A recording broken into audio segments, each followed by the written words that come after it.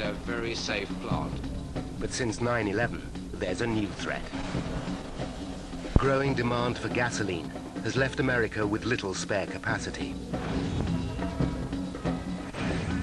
An attack here could cripple the world's biggest economy.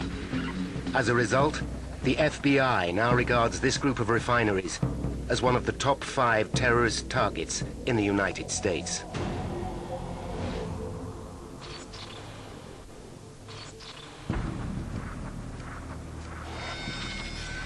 At 2 a.m., night shift operators at the BP refinery work on a distillation tower. For the last month, the tower has been shut down for routine maintenance. This usually happens once every few years. Now its operators must start it up again. The process can take up to 12 hours, and much of it has to be done manually. The risk of human error makes it one of the most dangerous jobs in any refinery. The tower's function is to distill raw fuel into its heavier and lighter components. On its way into the tower, the liquid is heated by a furnace, and the lighter components evaporate. The vapor rises to the top of the tower and is channeled out through a pipe. It then passes through a condenser and returns to liquid before being pumped away. This will be added to gasoline to make it more potent. Meanwhile, the heavier residue left at the bottom of the tower is siphoned off. This will be used to make products such as tar. If the distillation process creates too much vapor, operators can lower the pressure by venting excess gases. These eventually reach a safety outlet or blowdown stack. Just after 2 a.m., operators start to pump raw fuel into the tower. It's a delicate process. The liquid is highly flammable.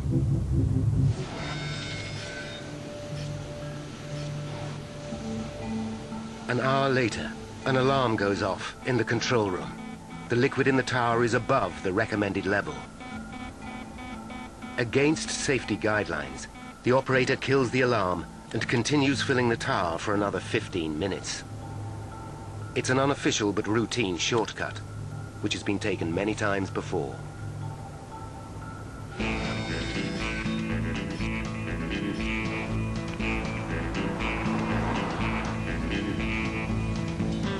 At 5 a.m., an hour before sunrise, construction engineer David Crow arrives at work.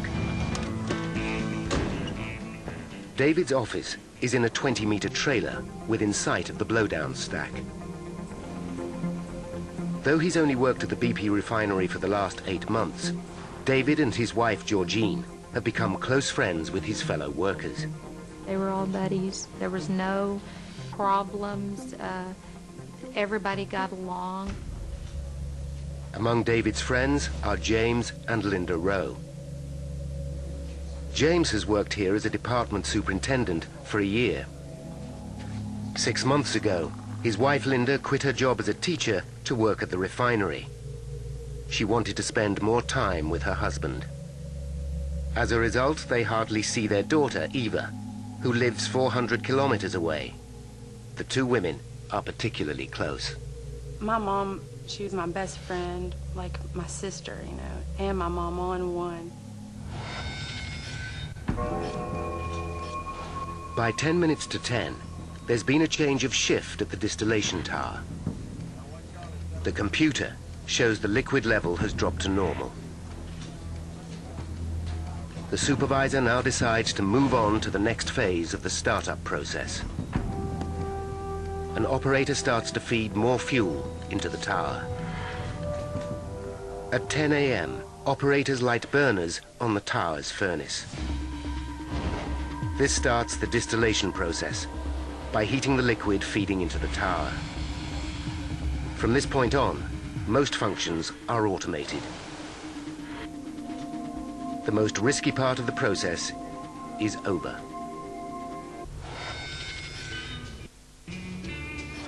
Just before 1 p.m., workers relax within sight of the distillation tower.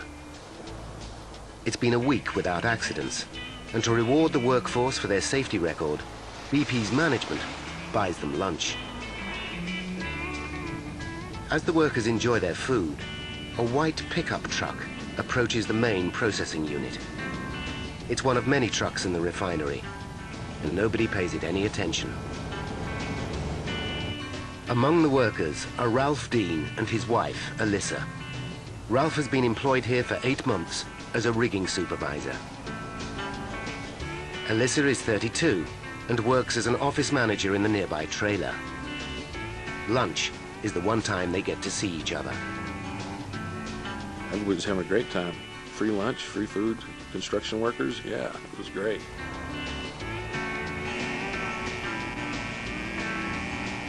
As the workers finish their food, David Crow rounds them up for a routine maintenance meeting. Alyssa joins them in the trailer. As she does so, the white pickup truck parks near the blowdown stack. The driver leaves the engine running and slips away unseen. Although they don't realize it, the workers are now in terrible danger. And one of the world's biggest oil refineries is on the brink of catastrophe.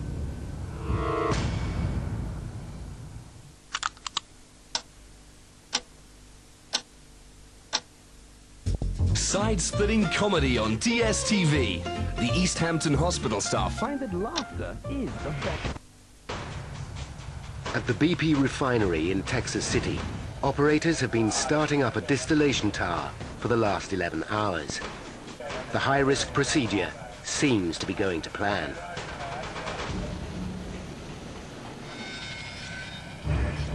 But at nearly 1:20, workers become alarmed. They spot a pool of liquid seeping under a white pickup truck. They can't be sure what it is, but the chances are it's flammable. Pickup's end loudly is nowhere to be seen. Workers run for cover, fearing the worst.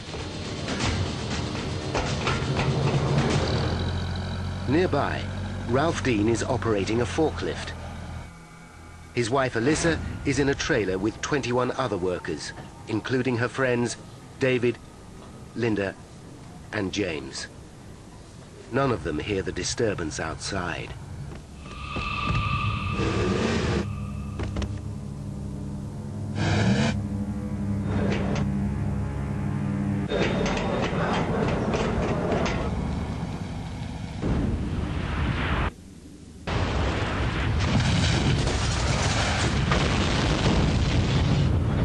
Never heard a noise that loud. Extremely violent. It was biblical. As far as Ralph can see, the refinery is ablaze. The impact of the blast is felt 8 kilometers away. Just outside Texas City, David Crow's wife, Georgine, is busy at work. Within minutes of the explosion, local TV stations broadcast pictures of the burning refinery. In case anyone is just joining us, you are looking at live pictures from Texas City. Georgine can't mistake her husband's workplace. Your heart is racing. My stomach started feeling queasy. I don't know, I think I wanted to scream. It becomes clear this is a major disaster. In a panic, Georgine phones her husband, David. There's no answer from his mobile phone, nor from the landline in the trailer.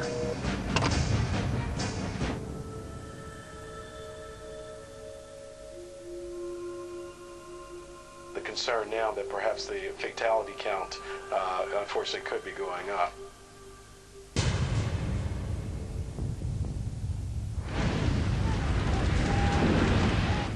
Dazed by the explosion, Ralph Dean suddenly realizes his wife would have felt the full impact of the blast.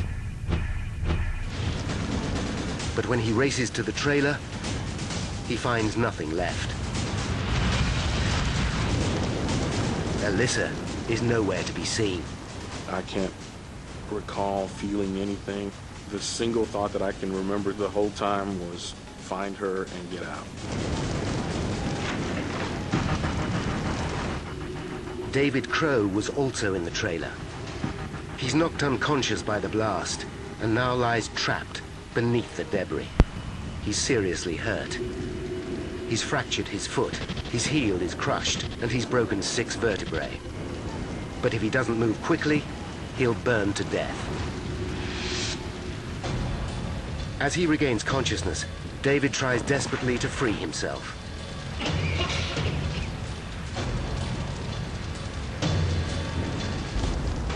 Despite his crippling injuries, he drags himself clear of the immediate danger, but he's still surrounded by flames. As David looks for an escape route, he sees Ralph searching for his wife, Alyssa. Neither of the men can make sense of their surroundings. There was nothing you could recognize, nothing. Everything was just torn to bits. It was probably outside the military the worst thing you'll ever see. It was hell on earth.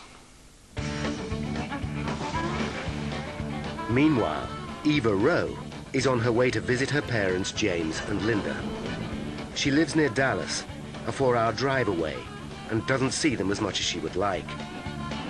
It's just a few days to Easter, and she's looking forward to spending the holiday with her family. I was in a really good mood, just driving along, enjoying the day.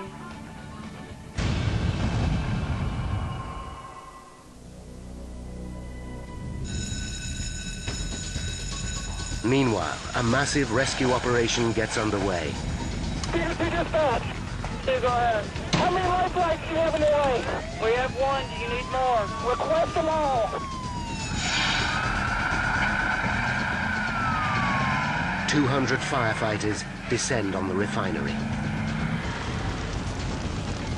The scene, to me, looked like a nuclear explosion had gone off. It just wiped everything out. There are things I saw that day that most people will never see in their lifetime and hopefully never will. Emergency services have to act fast. Millions of gallons of flammable materials are within meters of the fire. David Crow lies crippled, choking on the lethal fumes. Then, 2 colleagues stumble across him and drag him to safety. How in the world did I get out of that? Why me? Why was I spared?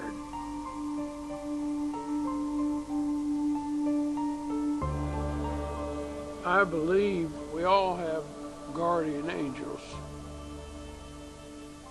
And one was with me that day.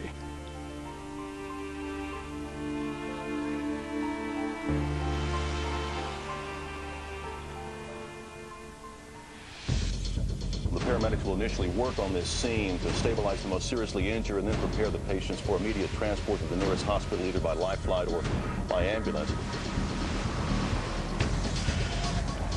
Every available helicopter and dozens of ambulances race the victims to hospitals. David Crow's wife, Georgine, learns that her husband is alive. When she sees him, she's shocked by the state he's in. He looked like he had been tied to a car and dragged down a road. I told him, I love you. And I'm glad you're still here.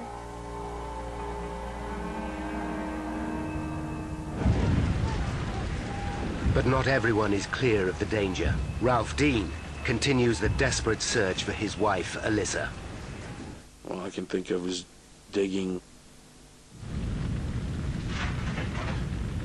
It's like I'm digging and I'm not getting anywhere. Then, just as his efforts seem hopeless, he sees debris he recognizes from his wife's office. Beneath it, he finds a body. It's Alyssa, and she's still breathing. She's unconscious, but alive. A piece of heavy furniture has shielded her from the blast and saved her life. But James and Linda Rowe, who were also in the trailer, are still missing. Their daughter Eva, now only 45 minutes from Texas City, has no idea there has been an explosion. There has been apparently a major explosion. We understand from one of the witnesses who called us that it is at the BP refinery. When she hears the news, she immediately calls her mother, but gets no response. I knew that something was wrong because she always answered. And that time she didn't.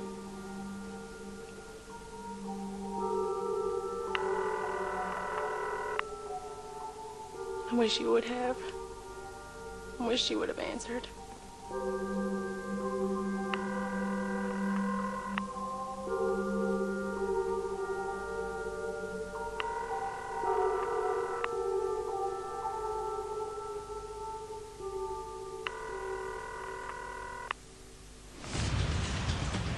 Back at the blast site, it takes firefighters more than 2 hours to extinguish the blaze. America's third biggest refinery is left a smoldering wreck. In total, 170 people are injured, 15 are dead. 11 died in the trailer, but it's still not clear if Eva's parents are among them. Many of the bodies are so burnt, they can't be identified by sight. The following day, Eva's asked to provide her parents' medical records.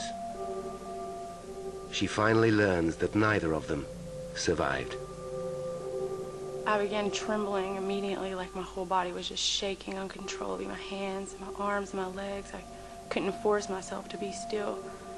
And it didn't go away for over 6 months. The trembling didn't go away. Survivors of the blast are also traumatized.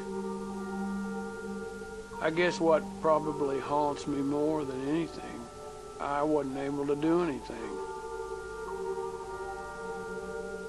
For a good while there, I had dreams and I was talking to my friends. I'm not sure how rational that sounds, but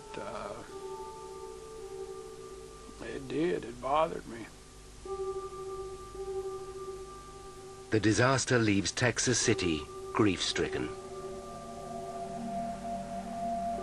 The question on everyone's lips is what could have triggered this nightmare?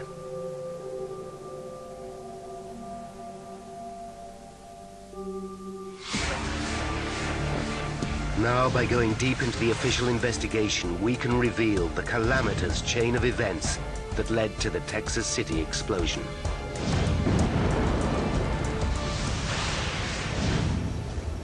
The first officials on the scene aren't industrial accident investigators. They're agents from the FBI. They arrive within hours of the disaster. In an era of global terrorism, the agency is suspicious of any major explosion. The Texan oil industry is a particular concern. Since 9/11, these refineries have been designated high-value targets. The potential for a terrorist atrocity is obvious. The agents fear this disaster could be the start of a new wave of domestic terrorism. They turn to eyewitnesses for the first clues. Immediately, their attention is drawn by the mention of a white pickup truck. Several witnesses recall hearing the truck's engine revving loudly, though there was no sign of any driver. The agents need to know if these facts are as sinister as they sound. But just as they think they're making progress, other eyewitness statements shed further light on the case. The agents learn that 6 minutes before the explosion, liquid was seen spewing out of the blowdown stack, and the pickup truck was parked less than 9 meters away. They realized the escaping liquid could explain the mystery of the revving engine. Normally, an engine's carburetor forces clean air together with fuel, which ignites, causing the engine to rev. But the white pickup wasn't taking in ordinary air. Its engine was flooded with petrochemical fumes from the escaping liquid. This would account for it revving in spite of the driver's absence. A single spark from the running engine is all it would take to ignite the vapor. It now looks like the escaping fluid is to blame for the blast.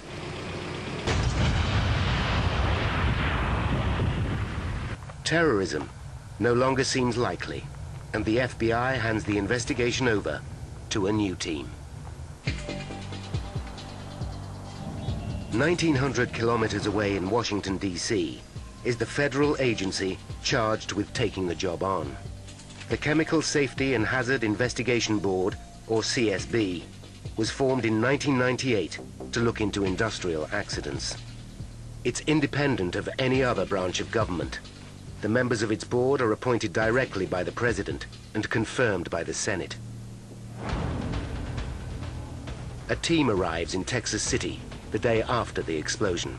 It's led by Chief Investigator Don Holmstrom.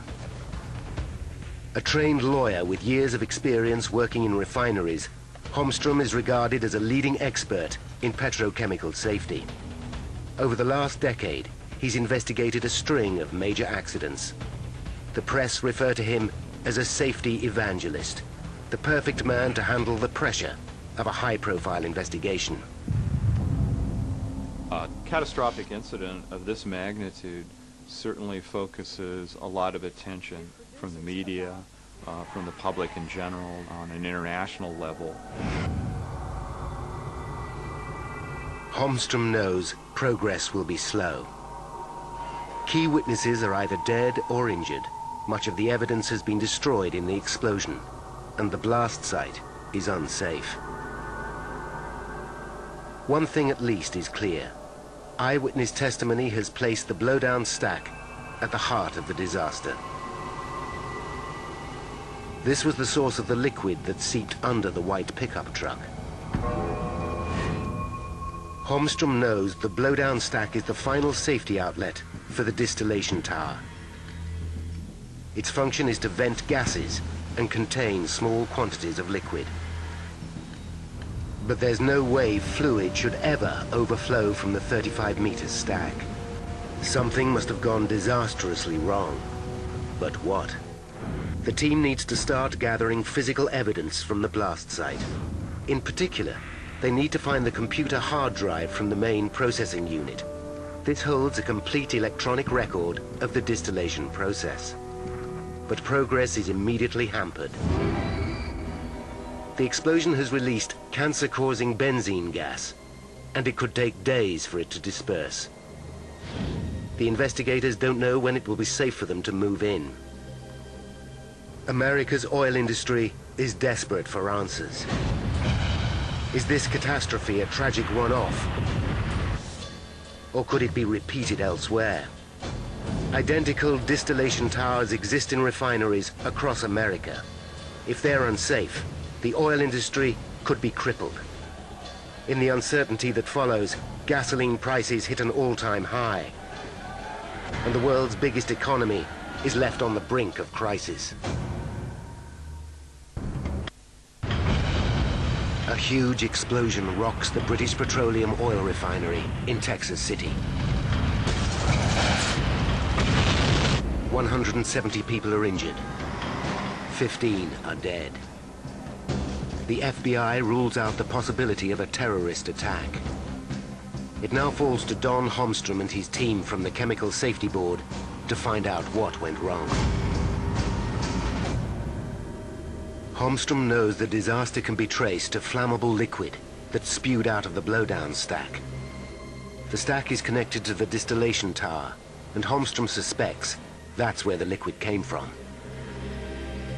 What he doesn't understand is how it could have reached the blowdown stack let alone have filled it.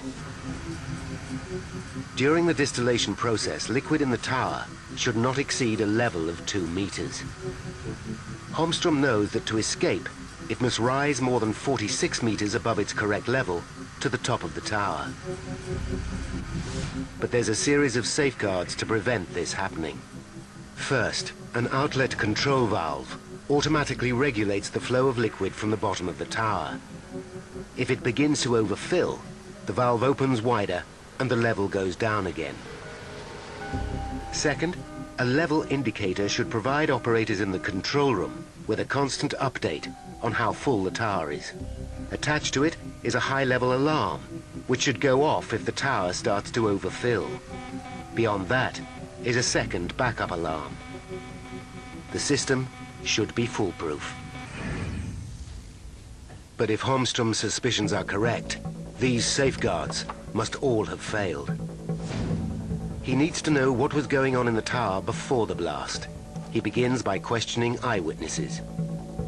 He soon learns the distillation tower was being started up on the same day as the explosion. It's too big a coincidence to ignore. Although the startup is governed by strict safety guidelines, it's potentially a risky process. Could this be connected to the explosion? Holmstrom begins questioning the operators who worked on the startup and finds that his theory might be correct. He discovers a night shift operator broke the safety guidelines. Just after 3 a.m., an alarm went off in the control room, warning that the liquid level was slightly over 2.5 meters. But the operator switched it off and did nothing. He tells Holmstrom that overfilling the tower and ignoring the alarm is nothing unusual. When the feed starts circulating through the system, the level in the tower often falls. He claims overfilling the tower not only saved time, but avoided the inconvenience of having to top it up later. It's common practice. He left the level at about 4 meters, confident it would drop back towards 2 meters when the day shift operator started to circulate the feed. Holmstrom has uncovered a clear breach of safety procedures, which could be linked to the explosion.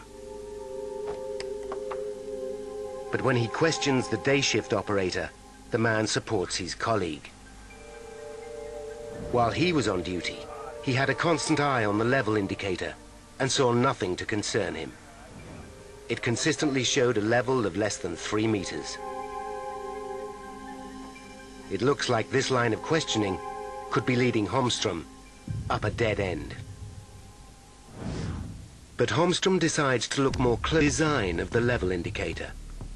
And it's here he makes his first breakthrough. He discovers the indicator suffers from a fatal design flaw. It can only measure liquid up to a height of 3 meters, which shows as 100% on the operator's control panel.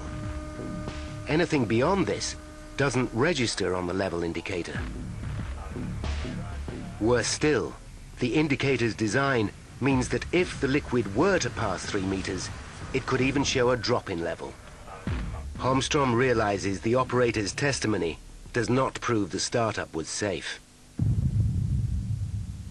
He suspects he's on the right track. But even allowing for these mistakes, there should be enough safeguards to prevent an explosion.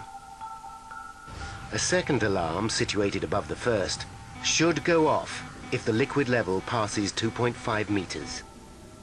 Yet nobody recalls hearing it. Holmstrom focuses on this backup alarm. He goes through BP's work orders and discovers another critical error. The alarm had been reported as damaged before the explosion, and there's no record of it being fixed. Holmstrom now knows that of the tower's 2 high-level alarms, one was deactivated and the other never worked in the first place. But even with the alarm systems out of operation, there are further safeguards to prevent excess liquid from rising in the tower. The liquid level is regulated automatically by an outlet control valve. If the level gets too high, the valve automatically opens to allow more liquid out of the tower. Could this also be faulty? Without access to the blast site, the investigators cannot know for sure. Holmstrom confirms with the day shift operator that liquid did flow out of the tower at a normal rate. To his horror, he learns the operator doesn't realize he should check this. It's a serious oversight, but in itself, it's not enough to account for the disaster. Safety guidelines dictate that a supervisor should always be on hand to oversee the flow of liquid during startup. When Holmstrom speaks to the supervisor, he makes another breakthrough. Just before 10 o'clock, he received a phone call telling him his son had broken his arm. He left his post and handed over control to a colleague. Holmstrom interviews the replacement supervisor, who makes a shocking admission. He had never handled a startup before and failed to make a note of the flow out of the tower. So far, Holmstrom has uncovered slack operating practices, poorly maintained equipment, and a supervisor leaving his post at a critical moment. There's now no question in Holmstrom's mind that the flawed startup is to blame for the explosion. But he still lacks firm evidence to prove it. 1 week after the explosion, the team finally get the news they've been waiting for. They are cleared to enter the blast site. They investigate through the debris, taking 200 photographs as well as video footage. A lot of evidence has been destroyed in the blast. But the most important piece of evidence is intact. The hard drive from the tower's control room. It's the equivalent of an aircraft's black box and contains an electronic record of all the key processes that went on within the tower. At last, Holmstrom has the information he hopes will substantiate his theory. He immediately examines data from the outlet control valve. As suspected, it's at the heart of the problem. On the morning of the blast, instead of being set to auto, it was left closed. The valve did not regulate the flow of liquid out of the tower, as it should have. At 9:52 a.m., the day shift operator started the feed. For 3 hours, he pumped liquid into the tower, failing to notice none was flowing out. During this time, his supervisor noticed the imbalance in the flow. It's a potentially lethal situation. But Holmstrom still needs to determine how the liquid escaped from the top of the tower. He goes back to the hard drive and finds that shortly after 1 p.m., less than 20 minutes before the explosion, the tower's pressure relief valves were forced open. These valves are designed to control gas, not liquid. The computer confirms the liquid did reach the top of the tower and escape down the gas pipes. Once the valves were open, the path was clear for it to reach the blowdown stack.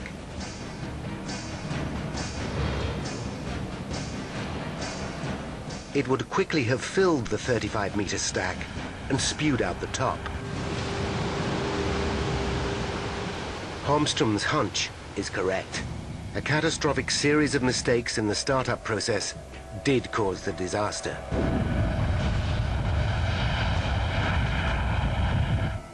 When BP learns what happened, the company accepts responsibility for the blast.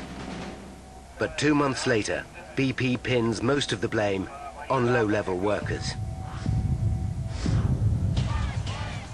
This leaves many in Texas City dissatisfied.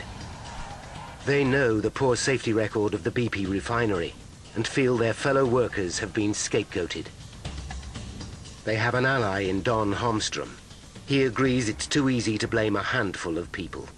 The problem with blaming an individual is that one could come to the conclusion that, well, we got rid of the individual and all our problems are solved. Holmstrom wants to know how long these safety problems have existed. He returns to the computer hard drive found in the wreckage. It holds a complete record of the tower's previous startups going back for years. He discovers a frightening catalogue of near misses. The records prove the night shift operator had been telling the truth. It was common practice to ignore safety guidelines during the startup process. Out of 16 previous startups, 13 had liquid levels above 3 meters, the range of the level indicator. Any of these could have ended in disaster, but managers failed to properly investigate the malpractice. Certainly the safety culture as it existed before the incident left a lot to be desired. Next, Holmstrom turns his attention to the location of the trailer where most of the victims died. He's concerned it was sited just 37 meters from the blowdown stack. He wants to know how BP could justify locating it in such an exposed position. To him, the risk should have been obvious. This isn't the first time workers have died in this way. In 1995, at a refinery in Pennsylvania belonging to Pennzoil, a trailer was located near 2 large storage tanks. When the tanks exploded, 5 workers were killed. The resulting investigation warned against placing trailers near flammable materials. But BP disregarded the warning.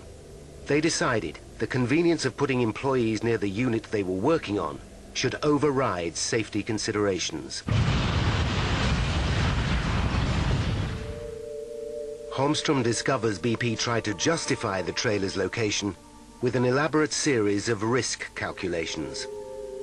The company decided the trailer's safety depended on the length of time it was occupied.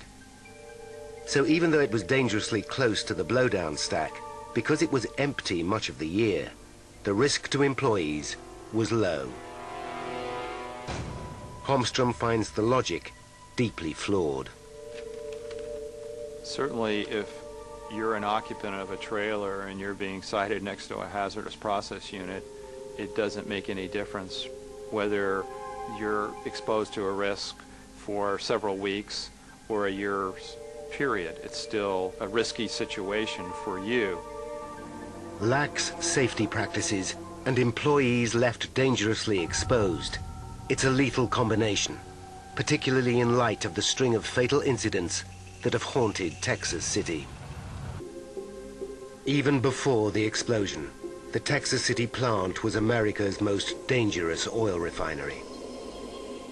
Since the 1970s, accidents here have killed more than 30 workers.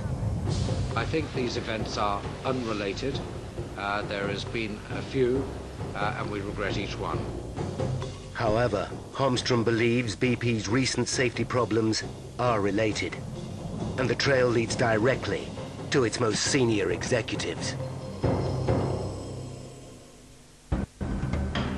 America's worst industrial accident for a decade has killed 15 workers at BP's Texas City oil refinery. A lot of folks worried about their loved ones right now, Jerome. A tragic, tragic day in Texas City. Don Holmstrom and his team from the Chemical Safety Board are investigating a history of fatalities at the plant. Despite BP's claims to be getting to grips with its poor safety record, the team finds evidence to the contrary. In 1998, an internal memo from BP's board in London ordered all refinery managers to cut operating costs by 25%. This cost cutting is directly to blame for the disaster. The final safety outlet in the distillation process is a blowdown stack. Despite the errors that occurred during the startup, an effective safety outlet could have averted the tragedy. But the blowdown stack is an ancient design, more than 50 years old. Holmstrom discovers that in 2002, BP decided against replacing the stack with a modern safety flare system. This cutting-edge model is able to deal with overflowing liquid while the flare burns off excess gas. The new design would have prevented the disaster. This is a case of a company denying the risk. They knew the hazards, they were aware of them, but when they had the opportunity to take action, they did not do so. Replacing the blowdown stack would have cost under $6 million, about a single day's production at the Texas City Refinery. For the people who worked there, it would have been a small price to pay. It's people. People are the most important thing. Not the plant, not the corporation itself. It's the people.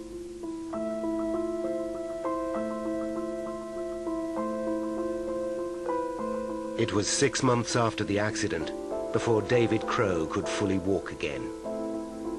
He still suffers pain from his injuries. But it's the mental scars that are taking longest to heal. He's not the same person. He was a very laid-back, easygoing kind of guy, and now he's very angry at the loss of his friends. It's causing us a lot of problems.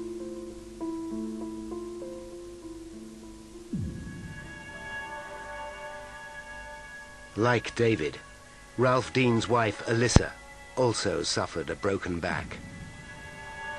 Her gallbladder had to be removed, and 20% of her body was burnt. For several weeks, doctors told Ralph she might not survive. My wife's gonna have to live with this for the rest of her life. I mean, it's just a part of our life that's just always gonna be there. Hell yes, I'm angry.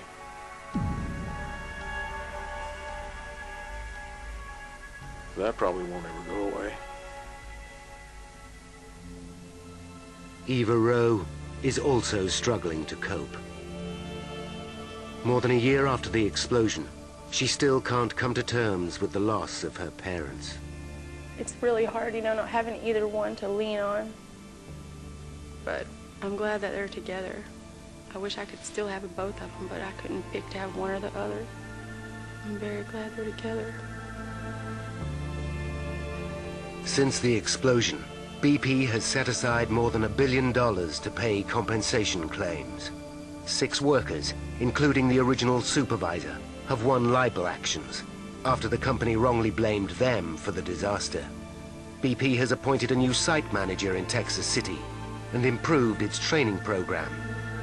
It's relocated its trailers and has begun replacing blowdown stacks.